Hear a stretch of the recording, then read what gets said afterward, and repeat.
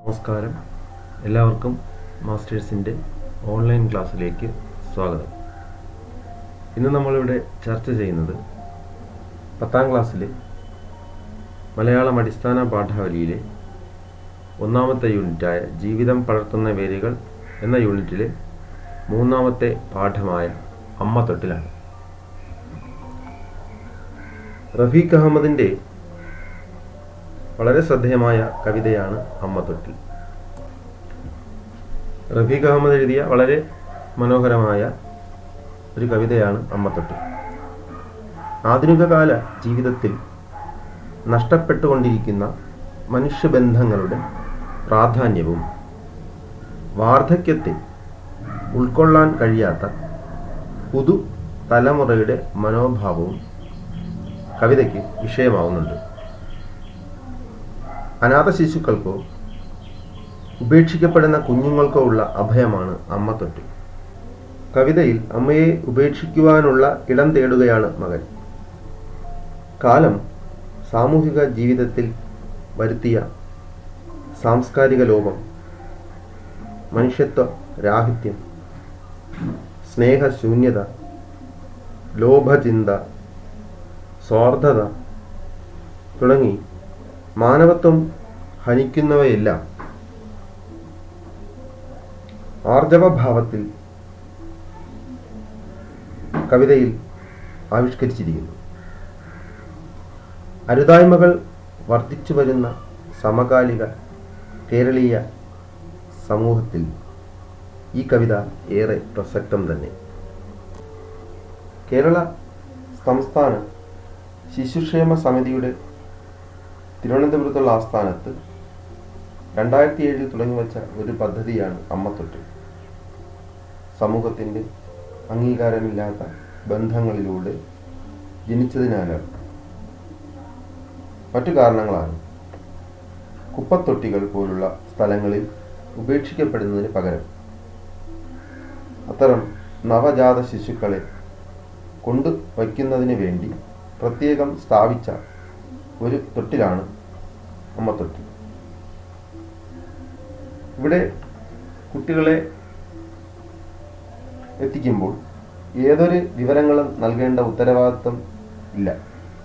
സ്വന്തം വ്യക്തിത്വം പുറത്താകാതെ മാതാവിനോ മറ്റുള്ളവർക്കോ ഈ തൊട്ടിലിൽ കുഞ്ഞിനെ ഉപേക്ഷിക്കാൻ സാധിക്കും.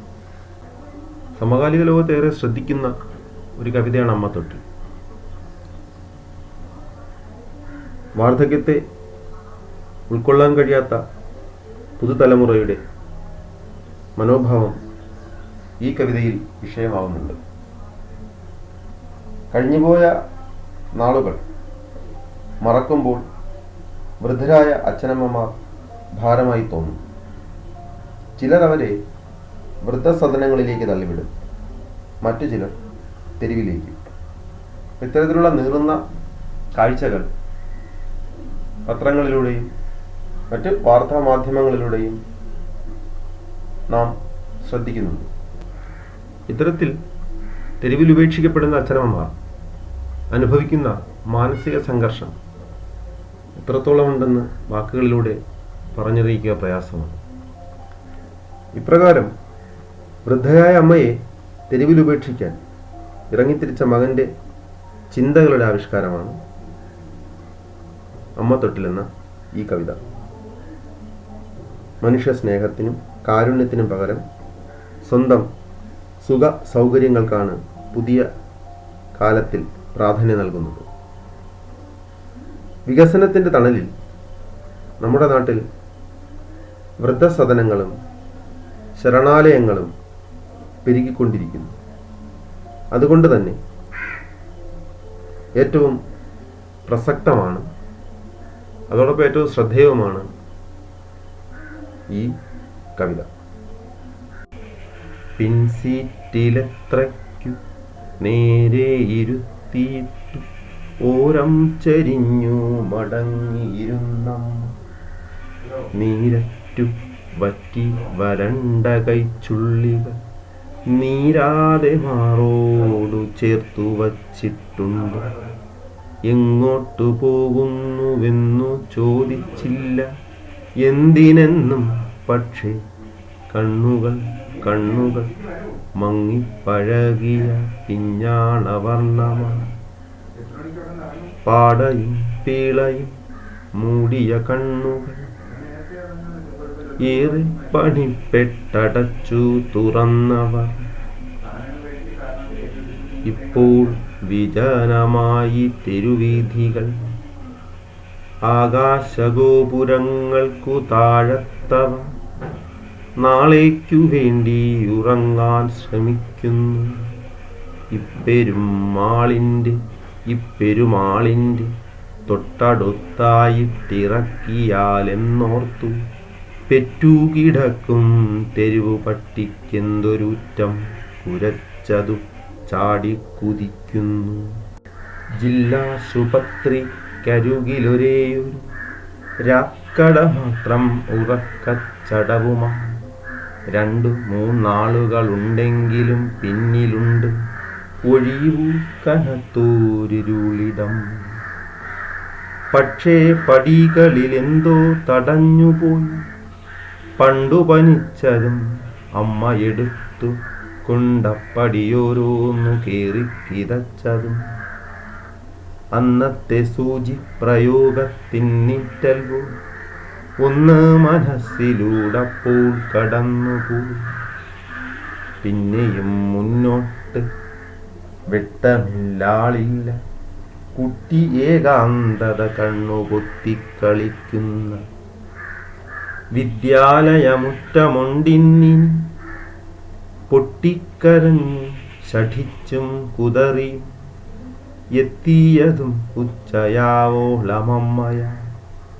ചുറ്റുമതിലിൻ പുറത്തന്നു നിന്നതും ചങ്കിൽ കരച്ചിൽ കുരുങ്ങിപ്പിടഞ്ഞതും പിച്ചിയതാര് കരിഞ്ഞൊരി കൈകളോ. പെട്ടെന്നു വാഹനം മുന്നോട്ടു പോകയാ. എങ്ങിനി കൊണ്ടിറക്കേണ്ടു സ്വയം ബുദ്ധി കെട്ടു കരിന്തിരിയാളും വരെയവർ. ഒന്നെന്നെ കൊണ്ടുപോയിടണമെന്നുള്ള ശല്യപ്പെടുത്തൽ പ്രതിഷ്ഠിച്ച കോവിൽ. ആരാണു മുന്നിൽ പുറത്തേക്കശാന്തന ഈശ്വരൻ കാറ്റൊന്നു കൊള്ളാനിറങ്ങിയോ. ഏറെ തണുക്കുന്നു ചില്ലുയർത്തിയിടുമ്പോൾ ഓർത്തു കരിമ്പടം അമ്മ വയറ്റത്തു പറ്റിക്കിടക്കുന്ന ചൂട്. മുഷിവുമായി കാച്ചെണ്ണ ചേരുന്ന ഗന്ധം. പുലർച്ചയിൽ ഓലക്കൊടികൾ പുകയുന്നതിന്മണം. ഒന്നിൻ കൊള്ളരുതാത്തവനെന്നവൾ ഇന്നും പഴി പറഞ്ഞിട്ടും മടങ്ങാതെ വയ്യ. തലയ്ക്കകത്തെന്തോ പെരുക്കുന്നു. മെല്ലെ തിരിഞ്ഞൊന്നു നോക്കി പിറകിലെ സീറ്റിലുണ്ടമ്മ. വലത്തോട്ട് പൂർണ്ണമായി ചാഞ്ഞ് മടങ്ങി മയങ്ങിക്കിടക്കുന്നു. പീളയടിഞ്ഞ് നിറമ്പോയ കണ്ണുകൾ എന്തേ അടയ്ക്കാതെ വച്ചമ്മ നിർഭയം. ഏറെ ശ്രദ്ധേയമായ കവിതയാണ്. സമകാലികമായ ഏറെ പ്രസക്തമായ കവിതയുമാണ് അമ്മത്തൊട്ടി. അമ്മയെ ഉപേക്ഷിക്കാനുള്ള മകന്റെ ശ്രമം, ഓരോ ശ്രമവും പരാജയപ്പെടുന്നു. എന്നിട്ടും ആ പരാജയങ്ങളെ മനസ്സിലാക്കാതെ വീണ്ടും തൻ്റെ ശ്രമം തുടരുകയാണ് മകൻ. ആദ്യമായിട്ട് അമ്മയെ ഉപേക്ഷിക്കാൻ കൊണ്ടുപോകുന്ന കാഴ്ചയാണ് വായനക്കാർക്ക് നൽകുന്നത്.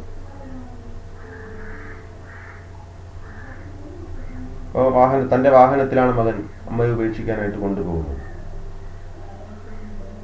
ഏറെ വേദനിപ്പിക്കുന്ന ഒരു കവിതയാണ് അമ്മത്തൊട്ടി. പിൻസീറ്റിലെത്രയ്ക്കു നേരെ ഇരുത്തിയിട്ട് ഓരം ചെരിഞ്ഞു മടങ്ങിയിരുന്നമ്മ. പിൻസീറ്റിലെത്രയ്ക്കു നേരെ ഇരുത്തിയിട്ട്. അപ്പോ പുറകുവശത്തെ സീറ്റില് എത്ര നേരെ ഇരുത്തിയിട്ടു.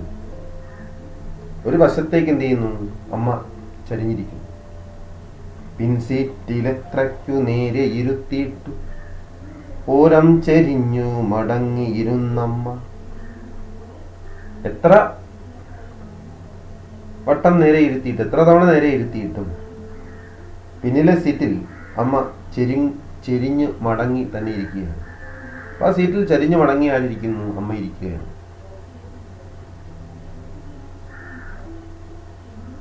ഇവിടെ നമ്മൾ മനസ്സിലാക്കാനുള്ള കാര്യം, അമ്മയെ കാറിന്റെ പിൻസീറ്റിലാണ് മകൻ ഇരുത്തിയത്. ആ പിൻസീറ്റിൽ ഇരുത്തുക എന്ന് പറഞ്ഞാല് ജീവിതമാകുന്ന കാറിന്റെ, ജീവിതമാകുന്ന വാഹനത്തിന്റെ പുറകിലത്തെ സീറ്റിലാണ് അമ്മയുടെ സ്ഥാനം. ഒരു കാലത്ത് മുൻപിലായിരുന്നു സ്ഥാനം. ഇന്ന് ഭാര്യ എത്തിയപ്പോൾ ആ സ്ഥാനം പുറകിലേക്ക് തള്ളി. അവിടെ ശ്രദ്ധിക്കുക, വിവാഹം കഴിക്കുന്നതിന് മുമ്പ് വരെ അമ്മ പറഞ്ഞതിനപ്പുറം ഒന്നുമില്ല. എവിടെ പോയാലും അമ്മയോട് ചോദിക്കും. എന്ത് ചെയ്യുന്നതിന് മുമ്പും അമ്മയോട് അനുവാദം ചോദിക്കും. അങ്ങനെ തൻ്റെ ജീവിതത്തിൽ ഏറ്റവും പ്രാധാന്യം കൊടുത്തിരുന്ന അമ്മയ്ക്ക് വിവാഹത്തിന് ശേഷം എന്ത് ചെയ്തു, ജീവിതത്തിലെ സ്ഥാനം, അല്ലെങ്കിൽ മകന്റെ ജീവിതത്തിലെ സ്ഥാനം പിന്നിലായി. അപ്പൊ വിവാഹത്തിന് ശേഷം മകൻ അമ്മയെ പിന്നിലാക്കി. മുൻസ്ഥാനം ആർക്ക് കൊടുത്തു, ഭാര്യയ്ക്ക് കൊടുത്തു എന്നൊരർത്ഥം കൂടി ഇവിടെ വായിച്ചെടുക്കാം. പിൻസീറ്റിലെത്രയ്ക്കു നേരെ ഇരുത്തിയിട്ടു ഓരം ചെരിഞ്ഞു മടങ്ങിയിരുന്നമ്മ. അടുത്ത അമ്മയുടെ അവസ്ഥ പറയുകയാണ്. നീരറ്റുവറ്റി വരണ്ട കൈച്ചുള്ളികൾ നീരാതെ മാറോടു ചേർത്തു വച്ചിട്ടുണ്ട്. എങ്ങോട്ടു പോകുന്നുവെന്നു ചോദിച്ചില്ല എന്തിനെന്നും. പക്ഷെ കണ്ണുകൾ കണ്ണുകൾ മങ്ങിപ്പഴകിയ പിഞ്ഞാണവർണ്ണമായി പാടയും പീളയും മൂടിയ കണ്ണുകൾ ഏറെ പണിപ്പെട്ടടച്ചു തുറന്നവൾ. അടുത്തത് നീരറ്റുപറ്റി വരണ്ട കൈച്ചുള്ളികൾ നീരാതെ മാറോട് ചേർത്ത് വച്ചിട്ടുണ്ട്. ഉണങ്ങി വരണ്ട ചുള്ളിക്കമ്പുകൾ പോലെയുള്ള കൈകൾ നിവർത്താതെ മാറിൽ തന്നെ ചേർത്ത് പിടിച്ചിട്ടുണ്ട്. നീരറ്റുപറ്റി വരണ്ട കൈച്ചുള്ളികൾ, നീര്, അതിന്റെ ആരോഗ്യമൊക്കെ ക്ഷയിച്ചു, നശിച്ചു. അപ്പൊ ആരോഗ്യം ക്ഷയിച്ച നശിച്ച ആ കൈകളെ ചുള്ളികളായിട്ടാണ് പറഞ്ഞിരിക്കുന്നത്. ചുള്ളികൾ എന്നാൽ അറിയാം, വിറകിനെ കൊള്ളാവൂ ചുള്ളികൾ. ചുള്ളികൾക്ക് ബലമില്ലാത്ത ഉണങ്ങിയ മരച്ചില്ലകളെയാണ് ചുള്ളികൾ എന്ന് വിളിക്കുന്നത്. എന്നാൽ ഒരു കാലത്ത് ആ മരത്തിന് ഐശ്വര്യം നൽകിയിരുന്ന, ബലം നൽകിയിരുന്ന, ഒരുപാട് ഇലകളും പൂക്കളും കായ്കളൊക്കെ ഉണ്ടായിരുന്ന ഒന്നാണ് ഇപ്പോഴെന്തായി മാറിയത്, ചുള്ളികളായി മാറിയിരിക്കുന്നത്. അപ്പൊ ഇതുപോലെയാണ് ആ അമ്മയുടെ അവസ്ഥ. ആരോഗ്യം ഉണ്ടായിരുന്ന സമയത്ത് ആ കൈകൾ ആ മക്കളുടെ പിറകെയായിരുന്നു. മക്കൾക്ക് ആഹാരം ഉണ്ടായി കൊടുക്കുക, വിഷമിക്കുമ്പോൾ എന്ത് ചെയ്യുക, താലോലിപ്പിക്കുക, സാന്ത്വനിപ്പിക്കുക. ഇങ്ങനെ മക്കൾക്കും ഭർത്താവിനും വേണ്ടിയായിരുന്നു ആ അമ്മയുടെ ജീവിതം ഒരു കാലത്ത്. ഇന്ന് ആരോഗ്യം ക്ഷയിച്ചിരിക്കുന്ന അവസ്ഥയിൽ ആ കൈകളെ ചുള്ളികളായാണ് പറഞ്ഞിരിക്കുന്നത്. ആ കൈകള് ഈ മകന് വേണ്ടി ആഹാരം തയ്യാറാക്കിയിട്ടുണ്ട്, മകനെ കുളിപ്പിച്ചിട്ടുണ്ട്, മകന് വസ്ത്രങ്ങൾ ഇളക്കി നൽകി, സ്കൂളിലുള്ള ബാഗ് തയ്യാറാക്കി നൽകി, ഒക്കെ ഈ കൈകൾ ഉപയോഗിച്ചാണ് അമ്മ ചെയ്തിരുന്നത്. അന്ന് ആരോഗ്യമുള്ള കൈകളായിരുന്നു, ആരോഗ്യമുള്ള മരച്ചില്ല പോലെ ആരോഗ്യമുള്ള കൈകൾ. ഇന്ന് ആ കൈകൾ എന്തിനെ കൊള്ളാവൂ, ആ ഒരു ഉപയോഗമില്ലാതെ ചുള്ളിക്കമ്പുകളെ പോലെ ഉപയോഗശൂന്യമായിരിക്കുന്നു. അപ്പൊ ചുള്ളിക്കമ്പുകൾ ഇനി വിറകിനെ കൊള്ളാവും. അതുപോലെ ഉപയോഗമില്ലാത്ത അമ്മയുടെ കൈ, ആ കൈകളെ കവി എന്ത് ചെയ്യുന്നു, നീരറ്റ് പറ്റി വരണ്ട കൈച്ചുള്ളികൾ എന്നാണ് പറഞ്ഞിരിക്കുന്നത്. ആ കൈച്ചുള്ളികൾ നീരാതെ മാറോട് ചേർത്ത് വെച്ചിട്ടുണ്ട്, നിവർത്താൻ കഴിയാതെ എന്ത് ചെയ്യുന്നു, ശരീരത്തിനോട് ചേർത്ത് വെച്ചിട്ടുണ്ട്. അടുത്തത് എങ്ങോട്ട് പോകുന്നു എന്ന് ചോദിച്ചില്ല എന്തിനെന്നും. അടുത്തത് അമ്മ തന്നെയും കൊണ്ട് മകൻ എങ്ങോട്ടാണ് പോകുന്നതെന്നോ എന്തിനാണോ പോകുന്നതെന്ന് എന്ത് ചെയ്തില്ല, ചോദിച്ചില്ല. ഇനി കവി പറയുന്നു, പക്ഷെ കണ്ണുകൾ മങ്ങിപ്പഴകിയ പിഞ്ഞാണ വർണ്ണമാണ്. അമ്മയുടെ കണ്ണുകളുടെ അവസ്ഥയും വളരെ ആരോഗ്യം നശിച്ച അവസ്ഥയാണ്. കണ്ണുകൾ ആ കണ്ണുകൾ മങ്ങിപ്പഴകിയ പിഞ്ഞാണ വർണ്ണമായി, മങ്ങിപ്പഴകിയ, ഉപയോഗിച്ച് കഴുകി ആ പഴകിയ പിഞ്ഞാണത്തെ പോലെ ആയിത്തീർന്നു. അപ്പൊ കണ്ണിന്റെ ആരോഗ്യം എന്ത് ചെയ്തു, ക്ഷയിച്ചു, നശിച്ചു. കണ്ണുകൾ മങ്ങിപ്പഴകിയ പിഞ്ഞാണം പോലെയായി. ഇപ്പൊ ഒരു കാലത്ത് ആ കണ്ണുകൾ ഏറെ ഉപയോഗമുള്ളതായിരുന്നു. മകന് വേണ്ടി കരുതലായിരുന്നു ആ കണ്ണുകൾ. മകനെ അത്രത്തോളം ശ്രദ്ധിച്ചിരുന്നതായിരുന്നു ആ കണ്ണുകൾ. ഇന്ന് മങ്ങിപ്പഴകിയ പിഞ്ഞാണത്തെ പോലെയായി മാറി. അതായത് ഈ പാത്രം, പുതിയ പാത്രം വാങ്ങുമ്പോൾ നല്ല തിളക്കവും തേജസ്സും ഒക്കെ കാണും, നല്ല ഭംഗിയുമായിരിക്കും. നല്ലതെന്ത് ചെയ്ത് ഉപയോഗിച്ച് കഴുകി എന്ത് ചെയ്യും, അതിൻ്റെ ആ ഭംഗിയും തിളക്കമൊക്കെ നഷ്ടപ്പെടും. അതുപോലെ ആരോഗ്യമുള്ള സമയത്ത് ആ മകന് പിറകെയായിരുന്നു അമ്മയുടെ കണ്ണുകൾ.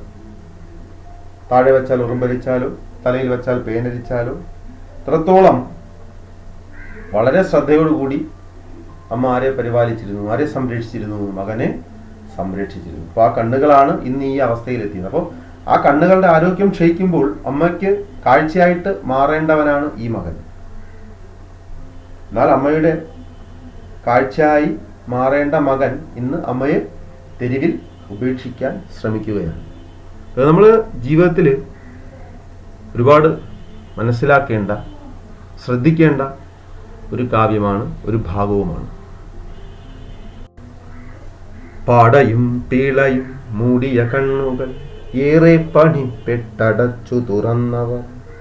ആ കണ്ണ് പാടയും പീളയും മൂടിയിരിക്കുകയാണ്. ആ പാടയും പീളയും, ആ അഴുക്കും ആ പാടയും പീളയൊക്കെ മൂടിയിരിക്കുന്ന കണ്ണെന്ത് ചെയ്യുന്നു, ഏറെ പണിപ്പെട്ട് ഏറെ പ്രയാസപ്പെട്ട് എന്ത് ചെയ്യുന്നു, അമ്മ തുറക്കുകയാണ്. അപ്പൊ പാടയും ആ അഴുക്കും ഒക്കെ മൂടിയിരിക്കുന്ന ആ കണ്ണ് ഏറെ പ്രയാസപ്പെട്ട് എന്ത് ചെയ്യുന്നു, അമ്മ അടച്ചു തുറക്കുകയാണ്. അപ്പൊ മകന്റെ കരുതലായിരുന്നു ആ കണ്ണുകൾ. ഇന്ന് ആ കണ്ണുകൾ തുറക്കാൻ പോലും അമ്മയ്ക്ക് പ്രയാസമാണ്. അപ്പോൾ അമ്മ എന്ത് ചെയ്തു, ആ വാർദ്ധക്യത്തിന്റെ അങ്ങേയറ്റം എത്തി എന്ന സൂചന കൂടി കവി പങ്കുവയ്ക്കുന്നുണ്ട്. അപ്പം തുടക്കത്തിൽ എന്ത് ചെയ്യുന്നു, അമ്മയെ ഉപേക്ഷിക്കാനായിട്ട് മകൻ കൊണ്ടുപോവുകയാണ്. പിൻസീറ്റിലാണ് അമ്മയെ ഇരുത്തി കൊണ്ടുപോകുന്നത്. അവിടെ ജീവിതത്തിന്റെ പിൻസീറ്റിലുമായി ആരുടെ സ്ഥാനം, അമ്മയുടെ സ്ഥാനം എന്ന് മനസ്സിലാക്കുക. അങ്ങനെ അമ്മയെ ഉപേക്ഷിക്കാൻ തീരുമാനിച്ച മകൻ ജീവിതത്തിന്റെ പിൻസീറ്റിലേക്ക് അമ്മയെ മാറ്റാൻ ശ്രമിക്കുകയാണ്. ആ കാഴ്ചയാണ് നാം ഇവിടെ കാണുന്നത്. മകൻ എത്ര ശ്രമിച്ചിട്ടും അമ്മയെ കാറിന്റെ പിൻസീറ്റിൽ നേരെ ഇരുത്തുവാൻ അവന് കഴിയുന്നില്ല. തനിക്ക് യോജിക്കാത്ത ഇടത്ത് നാഗരിക നാട്യങ്ങളോട് ചേർന്നിരിക്കുവാൻ അമ്മയ്ക്കുള്ള പ്രയാസമാവാം ഇത് സൂചിപ്പിക്കുന്നത്. അപ്പം അമ്മ പഴമയുടെ ജീവിതം കാത്തു സൂക്ഷിച്ചവർ. അപ്പം അവർക്ക് ആ നാഗരികമായ നാട്യങ്ങളോട് ചേർന്നിരിക്കുക പ്രയാസമാണ്. അങ്ങനൊരു സൂചന കൂടി എന്ത് ചെയ്യാം, ഇവിടെ വായിച്ചെടുക്കാം. ഏറെ ശാരീരിക വൈഷമ്യങ്ങൾ ഉണ്ടെങ്കിലും തന്നെ എങ്ങോട്ട് കൊണ്ടുപോകുന്നുവെന്നോ എന്തിനു കൊണ്ടുപോകുന്നുവെന്നോ അമ്മ എന്ത് ചെയ്യില്ല, ചോദിച്ച് മകനെ അമ്മയെ ഉപേക്ഷിക്കാൻ മകൻ തിരഞ്ഞെടുക്കുന്ന സ്ഥലങ്ങൾ ഏതൊക്കെ? ഇതാണ് തുടർന്നുള്ള വരികളിൽ കവി പങ്കുവയ്ക്കുന്നത്. ഇപ്പൊ അമ്മയെയും കൊണ്ട് മകന്റെ വാഹനം പോവുകയാണ്. ഇപ്പോൾ വിജനമായി തെരുവീഥികൾ, ആകാശഗോപുരങ്ങൾക്കു താഴത്തവ നാളേക്കു വേണ്ടി ഉറങ്ങാൻ ശ്രമിക്കുന്നു. അമ്മയെ തെരുവിൽ ഉപേക്ഷിക്കാനായിട്ട് പോവുകയാണ് മകൻ.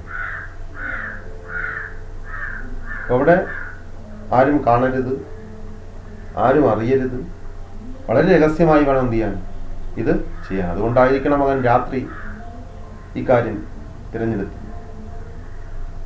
ഇരുളിന്റെ മറവിലാകുമ്പോൾ ആരും അറിയില്ല എന്ന ചിന്തയാകാം. ഇപ്പോൾ വിജനമായി തെരുവീഥികൾ, ഈ തെരുവീഥികൾ, ഈ തെരുവഴികളെല്ലാം ഇപ്പൊ എന്ത് ചെയ്തു, വിജനമായി. അപ്പൊ അതുവരെ, അതിനും കുറച്ചു സമയം മുമ്പ് വരെ തിരക്ക് പിടിച്ചായിരുന്നു നഗരം. നഗരം എപ്പോഴും തിരക്കാണ്.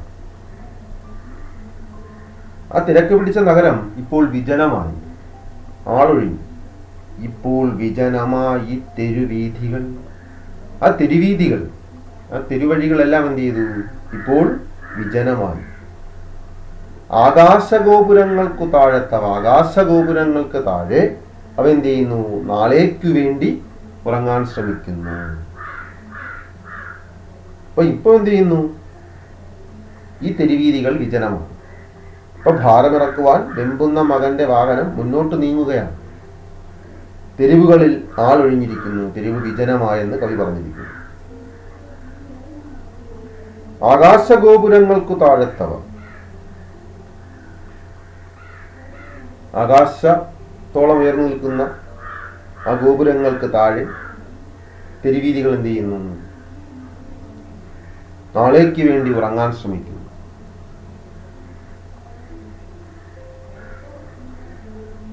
അപ്പം മനസ്സിലാക്കുക, നാളേക്ക് വേണ്ടി ഉറങ്ങാൻ ശ്രമിക്കുന്നു. അപ്പൊ നാളെയും ഈ തിരക്കുണ്ടാകും. രാത്രിയുടെ ആ കുറച്ച് സമയമാണ് ആ തിരക്കൊഴിഞ്ഞ സമയം. അപ്പൊ അതിനുശേഷം നാളെ പ്രതീക്ഷിച്ച്, നാളെ സ്വപ്നങ്ങൾ എന്ത് ചെയ്യുന്നു? തെരുവീഥികൾ ഉറങ്ങാൻ ശ്രമിക്കണം. നാളെയും എന്ത് ചെയ്യും? ആളും ബഹളവും ഉണ്ടാകും.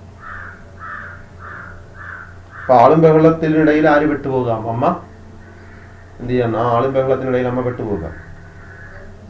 ഇന്ന് അവിടെ ആരുമില്ല, ഇപ്പൊ വിജനമാണ്. നാളേക്ക് വേണ്ടി എന്ത് ചെയ്യുന്നു? ആ തെരുവീഥികൾ ഉറങ്ങാൻ ശ്രമിക്കുന്നു. എല്ലാവരും നാളെ, ഇന്ന് രാത്രി ഇന്നുള്ള ജോലിയെല്ലാം ഒതുക്കി രാത്രി വിശ്രമിക്കും. നാളെ എന്ത് ചെയ്യാൻ? വീണ്ടും ഉന്മേഷത്തോടെ എഴുന്നേറ്റ് ജോലികളിൽ ഏർപ്പെടാൻ വേണ്ടി ഇന്ന് വിശ്രമിക്കുക. അതുപോലെ തെരുവീതിയും എന്ത് ചെയ്യുന്നു? ഇന്നും കുറച്ച് സമയത്തേക്ക് ഉറങ്ങാൻ ശ്രമിക്കുകയാണ്. എന്തിനു വേണ്ടി? നാളെയും ആ ബഹളങ്ങളും തിരക്കുകളും ഉണ്ടാകാം. നമ്മളെല്ലാം അങ്ങനെയാണ്. ജോലിയെല്ലാം കഴിഞ്ഞ് വീട്ടിലെത്തി രാത്രി എന്ത് ചെയ്യും? ഉറങ്ങാൻ ശ്രമിക്കും, ഉറങ്ങാൻ കിടക്കും. കുറച്ച് വിശ്രമം. ആ വിശ്രമം എടുത്തതിന് ശേഷമേ എന്ത് ചെയ്യാൻ കഴിയൂ? നാളെ വീണ്ടും ആ ഊർജ്ജസ്വലരായി ജോലികളിൽ ഏർപ്പെടാൻ കഴിയും. അതുപോലെ ഈ തെരുവീതിയും എന്ത് ചെയ്യുന്നു? കിട്ടുന്ന കുറച്ച് സമയം ഉറങ്ങാനായിട്ട് മാറ്റി എന്നാണ് കവി പറയുന്നത്. നാളേക്ക് വേണ്ടി, നാളെ എന്ത് ചെയ്യണം? വീണ്ടും നാളെ ഒന്നുണ്ടാകാം, തിരക്കുണ്ടാകാം. ആ തിരക്കിനുള്ളിൽ ആര് പെട്ടുപോകാം? അമ്മയും പെട്ടുപോകാം.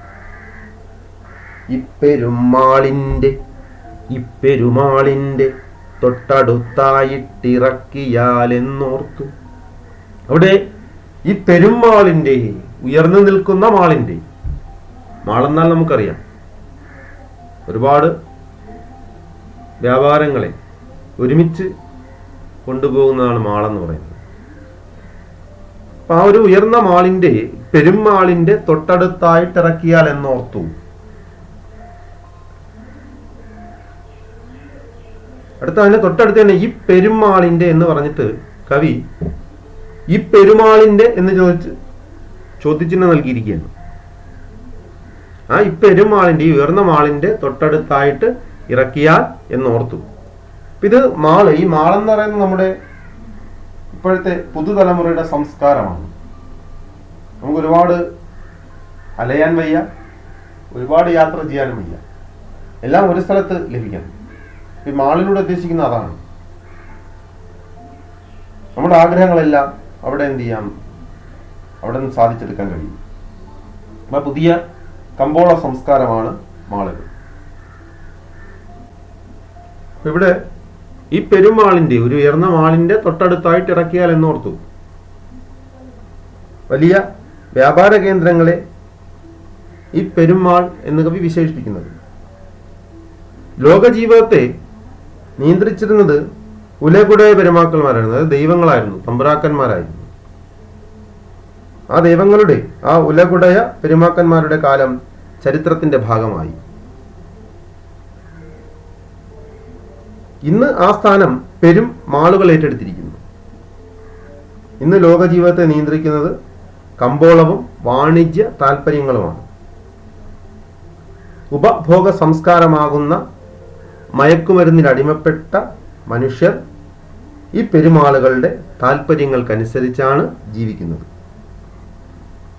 അതിനനുസരിച്ച് അവരുടെ ജീവിതം ക്രമപ്പെടുത്തുകയും ചെയ്തു. ഇവിടെ ഒരു പരിഹാസ രൂപേണാണ് കവി എന്ത് ചെയ്യുന്നത്, അവതരിപ്പിച്ചിരിക്കുന്നത്. ഇനി നമുക്ക് വേറൊരു കാര്യമാണ് ഇപ്പോഴത്തെ ഒരു പുതിയ സംസ്കാരം. വാങ്ങുക, ഉപയോഗിക്കുക, ഉപേക്ഷിക്കുക.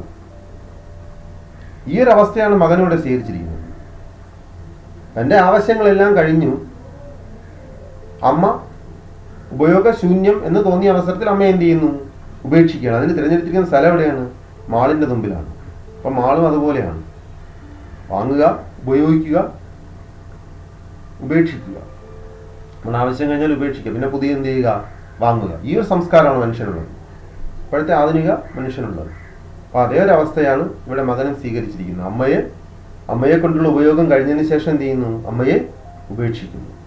പക്ഷെ അവിടെ അവനത് കഴിയുന്നില്ല. കാരണം പെറ്റു കിടക്കും തെരുവു പട്ടിക്കെന്തൊരുറ്റം കുരച്ചതു ചാടി കുതിക്കുന്നു.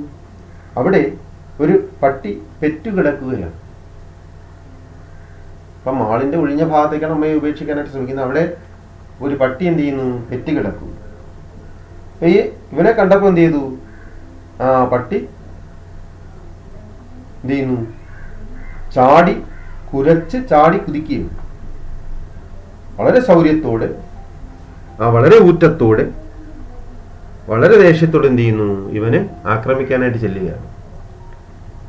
ഇവിടെ മനസ്സിലാക്കുക,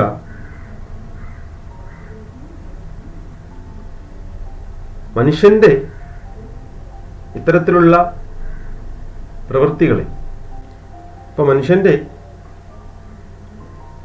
ഇത്തരത്തിലുള്ള ക്രൂരമായ പ്രവൃത്തികളെ ശക്തമായ രീതിയിൽ വിമർശിക്കുകയാണ് ഈ വരികളിലൂടെ കവി.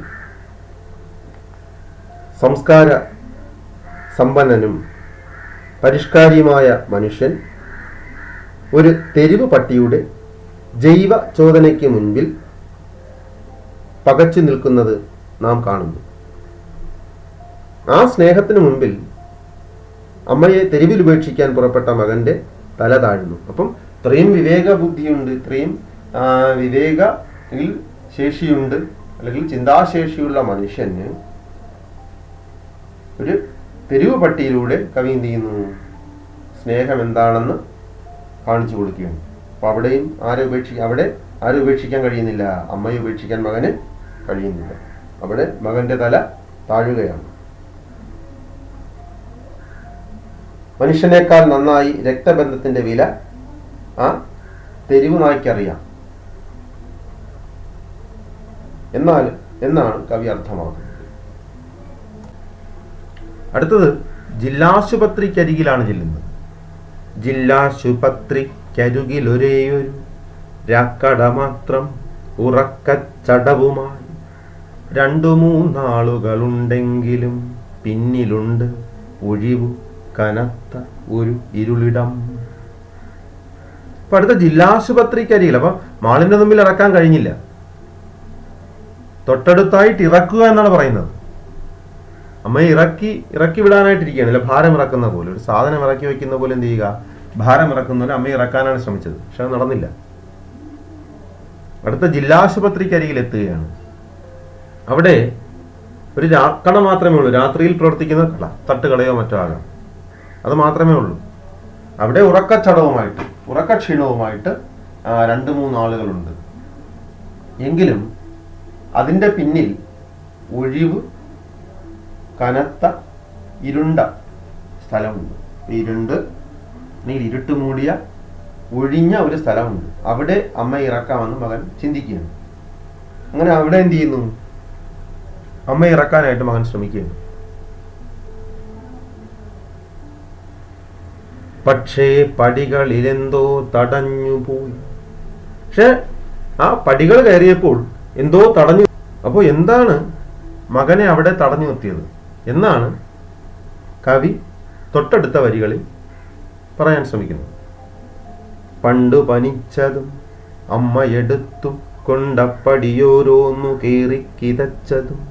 പണ്ട് പനി വന്നപ്പോൾ, അല്ലെങ്കിൽ പനിച്ച് വിറച്ച് നിന്നിരുന്ന അവസ്ഥയിൽ അമ്മ എന്ത് ചെയ്തു, എടുത്തും കൊണ്ട് ആ ആശുപത്രിയിലേക്ക് ഓടി. അപ്പൊ പണ്ട് പനി വന്നപ്പോൾ തന്നെയും എടുത്തുകൊണ്ട് അമ്മ ആ ആശുപത്രിയുടെ ഈ പടികൾ കയറി. അപ്പൊ അതാണ് മകൻ എന്ത് ചെയ്ത് അവിടെ വിലക്കിയത്. ആ ഓർമ്മകളാണ് ആ പടികൾ കയറി കിതച്ചതും. അമ്മ എന്ത് ചെയ്യുന്നു, എങ്ങനെയെങ്കിലും തന്റെ മകന്റെ അസുഖം കുറയണമെന്ന് ആ എന്ത് ചെയ്യുന്നു, വിഷമത്തോടു കൂടി എന്ത് ചെയ്യുന്നു, അവിടെ എത്തുകയാണ്. അപ്പൊ ആ ഓർമ്മയാണ് ആരിലേക്ക് എത്തിയത്, മകനിലേക്ക് എത്തിയത്.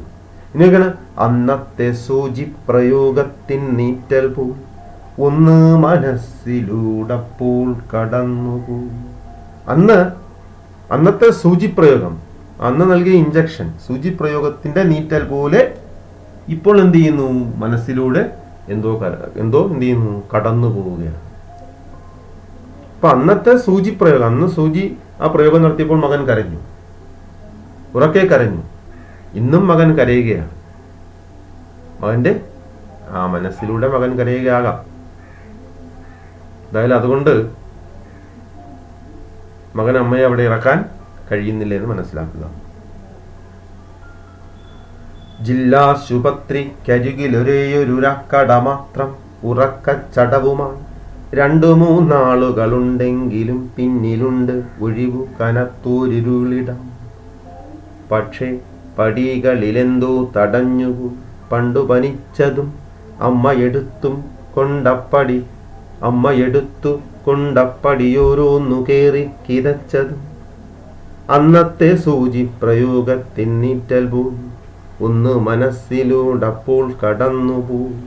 അപ്പൊ ആശുപത്രിക്കരികിലും മാളിന്റെ സമീപത്തും അമ്മയെ ഇറക്കാൻ മകന് കഴിയുന്നില്ല.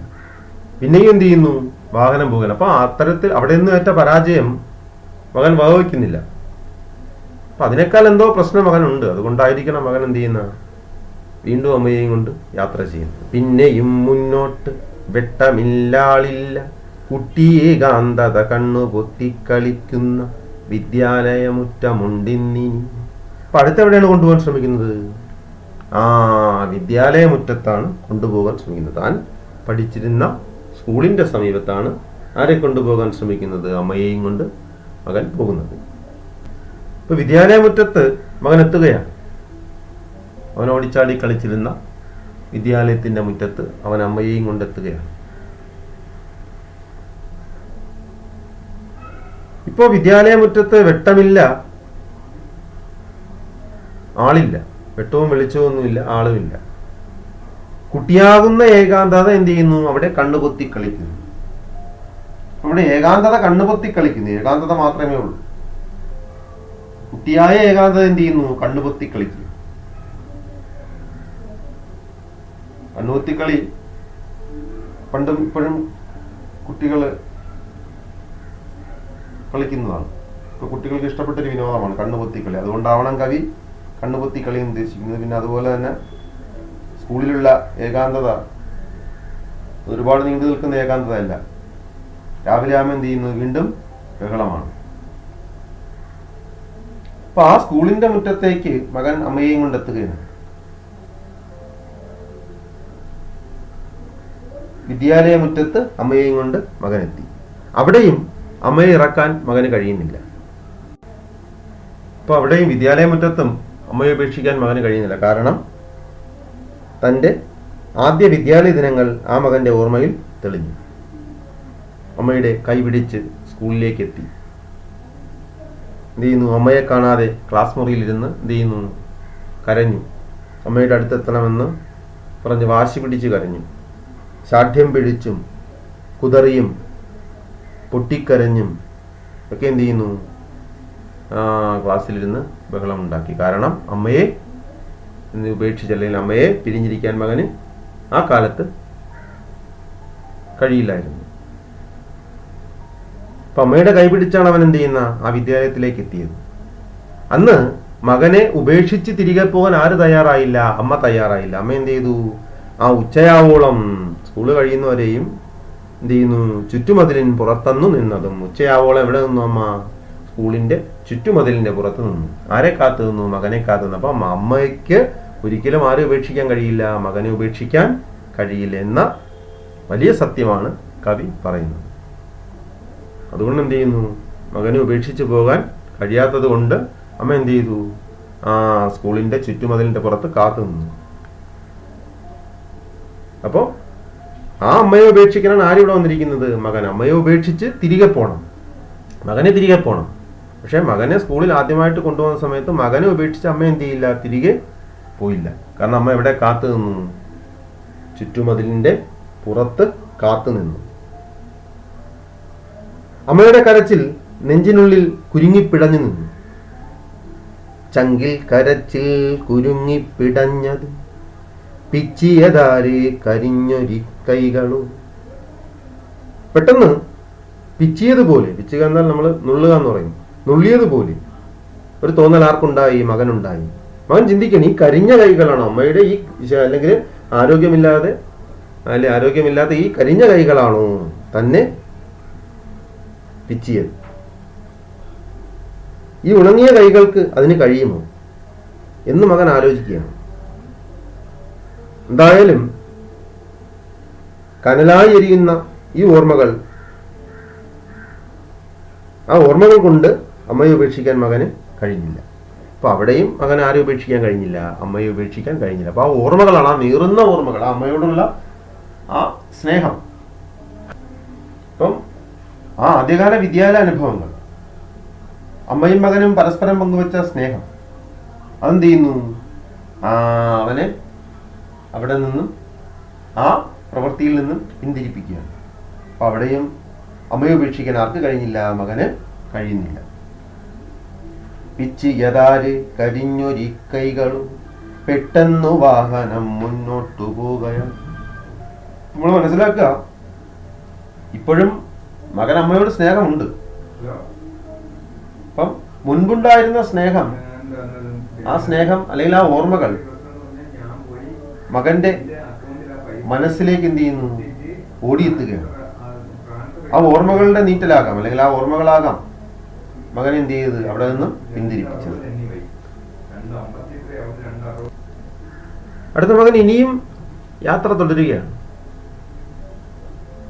എങ്ങിനിക്കൊണ്ടിറക്കേണ്ടു സ്വയം ബുദ്ധി കെട്ടു കരിന്തിരിയാളും വരെയവർ ഒന്നെന്നെ കൊണ്ടുപോയിടണമെന്നുള്ള ശല്യപ്പെടുത്തൽ പ്രതിഷ്ഠിച്ച കോവിൽ. അപ്പൊ അടുത്തെവിടെ കൊണ്ടുപോവുകയാണ്? കോവിലിൽ കൊണ്ടുപോവുകയാണ്. വാഹനം പിന്നെയും മുന്നോട്ട് പോയിക്കൊണ്ടിരിക്കുന്നു. ഇനി എവിടെയാണ് അമ്മയെ കൊണ്ടുപോയി ഇറക്കേണ്ടത്? അപ്പൊ അമ്മയ്ക്ക് സ്വബോധം നശിച്ച്, സ്വയം ബുദ്ധി കെട്ടു, സ്വബോധം നശിച്ചു. കരിന്തിരിയാളും വരെ അവർ.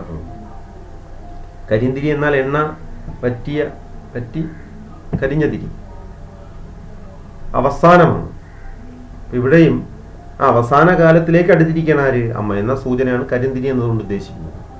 ആ കരിന്തിരിയാളും വരെയും അവർ തന്നെ കൊണ്ടുപോകണം എന്ന് മകനോട് പറഞ്ഞിരുന്ന സ്ഥലം. അപ്പൊ ആരോഗ്യമുള്ള സമയങ്ങളിലൊക്കെ തന്നെ ഒന്ന് കൊണ്ടുപോകണമെന്ന് ആഗ്രഹിച്ചിരുന്ന സ്ഥലമാണ് ഈ ക്ഷേത്രമുറ്റം. ഇപ്പം എന്ത് ചെയ്യുന്നു? അമ്മ ആവശ്യപ്പെടാതെ തന്നെ മകൻ ആരെയും കൊണ്ട് അവിടെ വന്നു? അമ്മയെയും കൊണ്ട് അവിടെ എത്തിയിരിക്കുകയാണ്.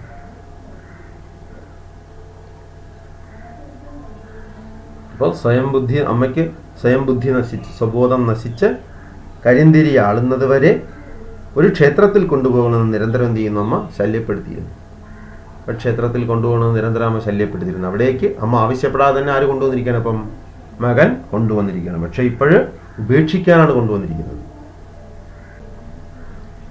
ഏത് വിഷമത്തിലും, എന്ത് സംഘർഷം നേരിട്ടാലും എല്ലാവർക്കും അവസാന ആശ്രയം ഈശ്വരന്മാരാണ് എന്ന സത്യം കൂടി കവി എന്ത് ചെയ്യുന്നു? ഓർമ്മിപ്പിക്കുന്നു. നമ്മുടെ വിശ്വാസം, ആ വിശ്വാസത്തിൽ നമ്മൾ വിശ്വസിക്കുന്ന ദൈവം, ആ ദൈവങ്ങളാകാം എല്ലാ മനുഷ്യന്റെയും അവസാന ആശ്രയം. അപ്പൊ അമ്മയെ ഉപേക്ഷിക്കാൻ മകൻ ദേവാലയ മുറ്റത്തെത്തുകയാണ്. തന്റെ തിരക്കുകൾ കാരണം അമ്മ ആവശ്യപ്പെട്ട സമയത്ത് അവിടെ എത്തിക്കാൻ കഴിഞ്ഞിരുന്നില്ല. ഇപ്പോൾ അമ്മ ആവശ്യപ്പെടാതെ തന്നെ മകൻ എന്ത് ചെയ്യുന്നു? അവിടേക്ക് എത്തുകയാണ്. പക്ഷെ അവിടെ എത്തിയപ്പോൾ മകന് കാണാൻ കഴിഞ്ഞത് ആരാണു മുന്നിൽ പുറത്തേക്ക് അശാന്തനം, ഈശ്വരൻ കാറ്റൊന്നു കൊള്ളാനിറങ്ങിയോ. അവിടെ ആ ക്ഷേത്രമുറ്റത്ത് ആരോ ഉലാത്തുന്നതായാണ് കാണാൻ കഴിഞ്ഞത്. ആരാണ് മുന്നിൽ? ഏതോ ഒരു ശക്തി. ഇപ്പൊ ഈശ്വരന് പോലും സമാധാനമില്ല, ശാന്തിയില്ല. അത്രത്തോളം ക്രൂരമായ പ്രവൃത്തികളാണ് മനുഷ്യൻ ഭൂമിയിൽ ചെയ്യുന്നത്. ആ മനുഷ്യന്റെ പ്രവൃത്തികൾ കണ്ട് ഈശ്വരന് പോലും സമാധാനം ഇല്ല. ഈശ്വരന്റെ സമാധാനം പോലും നശിച്ചിരിക്കുകയാണ്. ആ ഈശ്വരൻ അല്പ ആശ്വാസത്തിനായിട്ട് പുറത്തേക്ക് ഇറങ്ങുകയാണ്. അപ്പൊ ഈശ്വരന് പോലും എന്ത് ചെയ്യുന്നില്ല? സമാധാനമില്ല മനുഷ്യന്റെ പ്രവൃത്തികൾ കണ്ട്. ആ ഈശ്വരൻ പോലും സമാധാനത്തിനായിട്ട് പുറത്തേക്ക് ഇറങ്ങുകയാണ്. മനുഷ്യർക്കിടയിലെ സ്നേഹശൂന്യതയും സ്വാർത്ഥതയും മനുഷ്യത്വരാഹിത്യവും ഈശ്വരനെ വളരെ അസ്വസ്ഥനാക്കുന്നു എന്നാണ് കവി പറയുന്നത്. അപ്പൊ അതുകൊണ്ട് എന്ത് ചെയ്യുന്നു? ഈശ്വരൻ കാറ്റുകൊള്ളാനായി ശ്രീകോവിലിന് പുറത്തേക്ക് ഇറങ്ങിയതായിട്ട് മകന് തോന്നുകയാണ്. അപ്പൊ എന്തായാലും മനസ്സിൽ അല്പം നന്മ അവശേഷിക്കയാൽ ദേവാലയ മുറ്റത്ത് വെച്ച് അമ്മയെ ഉപേക്ഷിക്കാനുള്ള തീരുമാനം ആരുപേക്ഷിക്കുന്നു? മകൻ ഉപേക്ഷിക്കുന്നു. അപ്പോൾ ആ കോവിലിന് മുന്നിൽ വെച്ച്, ആ ശ്രീകോവിലിന് മുന്നിൽ വെച്ച് മകൻ എന്ത് ചെയ്യുന്നു? തൻ്റെ ഉദ്യമം തിരുത്തുകയാണ്, തൻ്റെ പ്രവൃത്തി മാറ്റുകയാണ്. അടുത്ത മകൻ അമ്മയെയും കൊണ്ട് തിരികെ പോകാൻ ശ്രമിക്കുകയാണ്. ഏറെ തണുക്കുന്നു ചില്ലുയർത്തേടുമ്പോൾ ലോർത്തു കരിമ്പടം, അമ്മ വയറ്റത്തു പറ്റിക്കിടക്കുന്ന ചൂട്, മുഷിവുമായി കാച്ചെണ്ണ ചേരുന്ന ഗന്ധം, പുലർച്ചെ ഓലക്കൊടികൾ പുകയുന്നതിൻ മണം.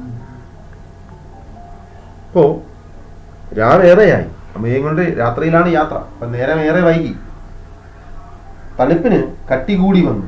ഏറെ തണുക്കുന്നു. അങ്ങനെ എന്ത് ചെയ്തു? ചില്ലുയർത്തുകയാണ്, കാറിന്റെ ചില്ലുയർത്തുകയാണ്. ഏറെ തണുക്കുന്നു ചില്ലുയർത്തിയിടുമ്പോൾ ലോർത്തു കരിമ്പടം, അമ്മ വയറ്റത്തു പറ്റി കിടക്കുന്ന ചൂട്. അപ്പൊ ഈ തണുപ്പ്, ആ തണുപ്പുകാരൻ എന്ത് ചെയ്തു? ആ കാറിന്റെ ചില്ലുയർത്തി. അപ്പോൾ കിട്ടിയ ചൂട്, ആ ചൂട് അവനെ പഴയ ഓർമ്മകളിലേക്ക് എത്തിക്കും. പണ്ട് ആ കുട്ടിയായിരുന്ന സമയത്ത് തണുത്ത് വിറയ്ക്കുമ്പോൾ എന്ത് ചെയ്യും? അമ്മ ആ കരിമ്പടം കമ്പിളി പുതച്ച് അമ്മയുടെ ആ വയറ്റത്തോട് ചേർത്ത് കിടക്കും. അപ്പോൾ കിട്ടുന്ന ചൂട്, ആ ചൂട് താൻ ഇപ്പോൾ അനുഭവിക്കുന്നു. ആ ചൂടിന്റെ ആ സാമീപ്യം എന്ത് ചെയ്യുന്നു? ഈ കാറിന്റെ ചില്ലുയർത്തിയപ്പോൾ മകന്റെ മനസ്സിൽ ഓർമ്മകളായി ഓടിയെത്തുകയാണ്. രാവേറെയായി, തണുപ്പിന് കട്ടികൂടി വന്നു. കാറിന്റെ ചില്ല് മെല്ലെ ഉയർത്തി. അമ്മയോടൊപ്പം കഴിഞ്ഞ കുട്ടിക്കാലത്തെ തണുപ്പാർന്ന രാത്രികൾ മകന്റെ മനസ്സിലൂടെ ഓടിയെത്തി. കരിമ്പടത്തിനുള്ളിൽ ആ അമ്മയുടെ വയറ്റത്ത് പറ്റിച്ചേർന്ന് കിടന്നപ്പോൾ അനുഭവിച്ച ചൂടും. അടുത്ത നോക്കിയാണ്, മുഷിവുമായി കാച്ചെണ്ണ ചേരുന്ന ഗന്ധം. മുഷിവ് കലർന്ന കാച്ചെണ്ണയുടെ മണം, അമ്മ തയ്ക്കുന്ന കാച്ചെണ്ണയുടെ മണം. പുലർച്ചയിൽ ഓലക്കൊടികൾ പുകയുന്നതിൻ മണം. രാവിലെ അടുപ്പിലെരിയുന്ന ഓലയുടെ ഗന്ധവും. മകനെ തെറ്റ് ചെയ്യാതെ മടങ്ങിപ്പോകാനും അമ്മ എന്ന ജന്മസുഹൃതത്തെ തിരിച്ചറിയാനും തിരികെ വീട്ടിലെത്തിക്കാനും പ്രേരിപ്പിച്ചു. അപ്പോ കാറിന്റെ ചില്ലുയർത്തി. അപ്പൊ ഓരോ സന്ദർഭങ്ങളിലും ആ പഴയ കാലത്തെ ഓരോ അവസ്ഥകൾ മനസ്സിലേക്ക് എന്ത് ചെയ്യുന്നു? മകന്റെ മനസ്സിലേക്ക് ഓടിയെത്തുകയാണ്. ഏറെ തണുക്കുന്നു ചില്ലുയർത്തിയിടുമ്പോൾ ലോർത്തു കരിമ്പടം, അമ്മ വയറ്റത്തു പറ്റിക്കിടക്കുന്ന ചൂട്, മുഷിവുമായി കാച്ചെണ്ണ ചേരുന്ന ഗന്ധം, പുലർച്ചയിൽ ഓലക്കൊടികൾ പുകയുന്നതിൻ മണം. അടുത്ത വരി മകന് ഇങ്ങനെയൊക്കെ ചെയ്യാൻ എന്താണ് കാരണം എന്ന് സൂചിപ്പിക്കുകയാണ്.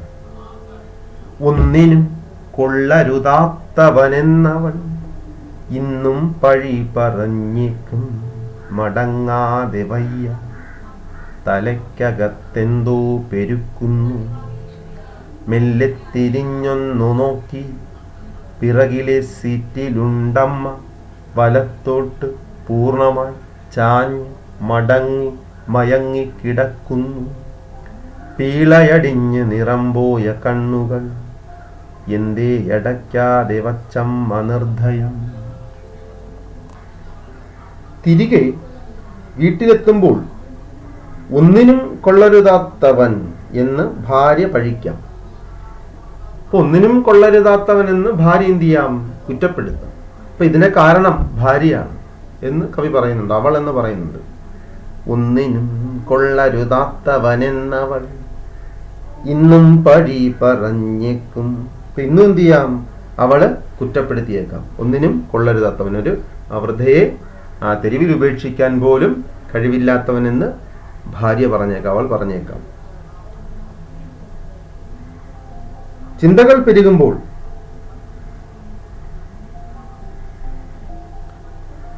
മകൻ തിരിഞ്ഞമ്മയെ നോക്കി. അപ്പോ ഒന്നിനും കൊള്ളരുതാത്തവൻ എന്ന് അവൾ എന്നും പഴി പറഞ്ഞേക്കാം, എങ്കിലും മടങ്ങാതെ വയ്യ, തിരികെ പോകാതെ വയ്യ. ഓർമ്മകൾ എന്ത് ചെയ്യുന്നു? മകനെ തിരികെ വീട്ടിലെത്തിക്കുകയാണ്. കാരണം അമ്മയെ ഉപേക്ഷിക്കാൻ മകൻ ഇനി കഴിയുന്നില്ല. ഓരോ സ്ഥലത്തെത്തുമ്പം പഴയ കാലത്തെ ഓർമ്മകൾ എന്ത് ചെയ്യുന്നു? ഓടിയെത്തി മകനെ ഈ പ്രവൃത്തിയിൽ നിന്നും പിന്തിരിപ്പിക്കുകയാണ്. അതുകൊണ്ട് ഇനി ഇത് ചെയ്യാൻ വയ്യ, മടങ്ങാതെ വയ്യ. പക്ഷെ ഓർക്കുമ്പം തലയ്ക്കകത്ത് എന്തോ പെരുക്കുന്നു, ചിന്തകൾ തലയ്ക്കകത്ത് പെരുക്കുന്നു. ആ ചിന്തകൾ പെരുകുമ്പോൾ മകൻ എന്ത് ചെയ്യുന്നു? പതിയെ അമ്മയെ നോക്കുകയാണ്. മെല്ലെ തിരിഞ്ഞൊന്നു നോക്കി, പിറകിലെ സീറ്റിലുണ്ടമ്മ. അമ്മ എവിടെയുണ്ട്? പിറകിലെ സീറ്റിൽ അമ്മയുണ്ട്. അപ്പൊ അമ്മ വലത്തോട്ട് പൂർണ്ണമായി ചാഞ്ഞു മയങ്ങി കിടക്കുന്നു. പിന്നിലെ സീറ്റിലുണ്ടമ്മ വലത്തോട്ട് പൂർണ്ണമായി ചാഞ്ഞ് മടങ്ങി മയങ്ങി കിടക്കുന്നു. അമ്മ എന്ത് ചെയ്യുന്നു? സീറ്റില് ചാഞ്ഞ് മടങ്ങി മയങ്ങി കിടക്കുന്നു, പൂർണ്ണമായും ചാഞ്ഞു കിടക്കുന്നു. ഇപ്പൊ തുടക്കഭാഗത്ത് പറയുന്നത് പിൻസീറ്റിൽ എത്രയ്ക്കു നേരെ ഇരുത്തിയിട്ടും ഓരം ചെരിഞ്ഞു മടങ്ങിയിരുന്നമ്മ. നേരെ ഇരുത്താൻ കഴിയുന്നില്ല, നമുക്ക് ശേഷിയില്ല. ഇപ്പൊ എന്ത് ചെയ്യുന്നു? അമ്മ വലത്തോട്ട് പൂർണ്ണമായിട്ടും ചാഞ്ഞ് മടങ്ങി മയങ്ങി കിടക്കുകയാണ്. പീളയടിഞ്ഞ് നിറം പോയ കണ്ണുകൾ എന്താണ് അമ്മ നിർദ്ദയം അടയ്ക്കാതെ വച്ചിരിക്കുന്നതെന്ന് മകൻ അത്ഭുതപ്പെടുന്നു. ഇപ്പോ അമ്മയുടെ മരണമാണ് സൂചിപ്പിക്കുന്നത്. കണ്ണുകൾ തുറന്നു പിടിച്ചുള്ള മരണം ആഗ്രഹപൂർത്തി എത്താതെയുള്ള മരണമെന്ന് പഴമക്കാർ പറയുന്നുണ്ട്. ഇവിടെ മകനെ ഉപേക്ഷിച്ചു പോകാൻ അമ്മയ്ക്ക് മനസ്സില്ല. കാരണം അമ്മയ്ക്ക് എന്ത് ചെയ്യണം? മകന്റെ കരുതലായി എന്നും കൂടെ ഉണ്ടാകണമെന്നതാണ് ആഗ്രഹം. പക്ഷെ മകൻ അല്ലെങ്കിൽ ഈ അമ്മയുടെ തുറന്നു പിടിച്ച കണ്ണുകൾ ഈ സമൂഹത്തിന്റെ നേരെയാണ്. ഈ സമൂഹത്തിന്റെ അല്ലെങ്കിൽ വൃദ്ധരോടുള്ള സമൂഹത്തിന്റെ ആ നീതി അർഹിക്കാത്ത പ്രവൃത്തികളോടുള്ള നോട്ടമാണ്.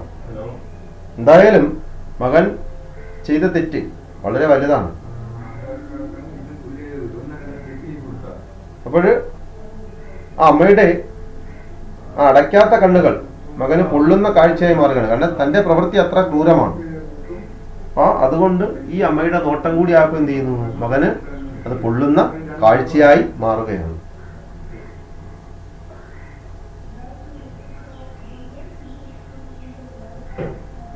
അപ്പൊ മകന്റെ സുരക്ഷയ്ക്കായി, മകന്റെ കാവലിനായി